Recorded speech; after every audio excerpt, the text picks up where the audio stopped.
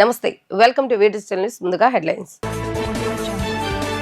విశాఖపట్నంలో జరిగిన CII global business summit లో పాల్గొన్న ముఖ్యమంత్రి నారా చంద్రబాబు నాయుడు రాష్ట్రంలో బాధ్యతాయుతమైన ప్రభుత్వం అధికారంలో ఉందని వ్యాఖ్య. ఇంద్రకీలాద్రిపై దుర్గమ్మను దర్శించుకున్న హోంమంత్రి వంగల్పూడి అనిత వచ్చే మహిళా భక్తుల కోసం ప్రత్యేక ఏర్పాట్లు చేశామని వెల్లడి.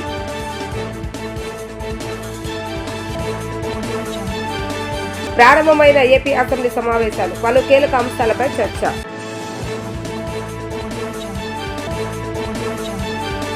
ఆంధ్రప్రదేశ్లో పరిశ్రమల స్థాపనకు ముందొచ్చే వారికి ప్రభుత్వం అన్ని విధాలుగా అండగా నిలుస్తుందని ముఖ్యమంత్రి నారా చంద్రబాబు నాయుడు అన్నారు.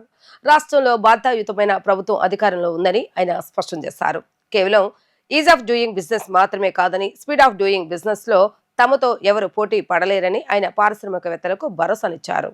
విశాఖపట్నంలో జరిగిన CII global capability centre business summit లో కేంద్ర ఆర్థిక మంత్రి నిర్మలా సీతారామన్తో కలిసి ఆయన పాల్గొన్నారు. ఈ సందర్భంగా సిఐఐ నివేదికను ఆవిష్కరించిన అనంతరం సీఎం కీలక ప్రకటనలు చేశారు. ఈ సందర్భంగా ఆయన మాట్లాడుతూ రాష్ట్ర పారిశ్రామిక ప్రగతికి ఊతమిచ్చేలా విశాఖ కేంద్రంగా కీలక పరిణామాలు జరగనున్నాయని వెల్లడించారు. ప్రపంచ ప్రఖ్యాత టెక్ సంస్థ గూగుల్ కు చెందిన డేటా సెంటర్ ను వచ్చే నెలలోనే విశాఖలో ఏర్పాటు చేయనున్నట్లుగా ప్రకటించారు. అదేవిధంగా ఉత్తరాంధ్ర ప్రజల చిరకాల స్వప్నమైన భోగాపురం అంతర్జాతీయ విమానాశ్రయాన్ని 2026 ఆగస్టు నాటికి పూర్తి చేసి అందుబాటులోకి తీసుకొస్తామని స్పష్టం చేశారు. అమరావతిలోనూ అంతర్జాతీయ స్థాయి విమానాశ్రయాన్ని నిర్మించాలని నిర్ణయించినట్లుగా తెలిపారు. ఏపీలో ఉన్న సుదీర్ఘ తీర ప్రాంతంతో పాటు పోర్టు ఆధారిత పరిశ్రమల ద్వారా ఆర్థిక వ్యవస్థను బలోపేతం చేస్తామని పారిశ్రామికవేత్తలను ఉద్దేశించి అన్నారు. దీనికోసం ఏపీలో లాజిస్టిక్స్ రంగంపై దృష్టి పెట్టామని, పోర్టులు, ఎయిర్పోర్టులు, రహదారులు, రైల్వేలను సమన్వయం చేస్తూ రవాణా వ్యయాన్ని తగ్గిస్తామని వెల్లడించారు. ఈ ప్రాజెక్టులను PPP విధానంలో అభివృద్ధి చేయాలని నిర్ణయించినట్లుగా ఆయన వెల్లడించారు.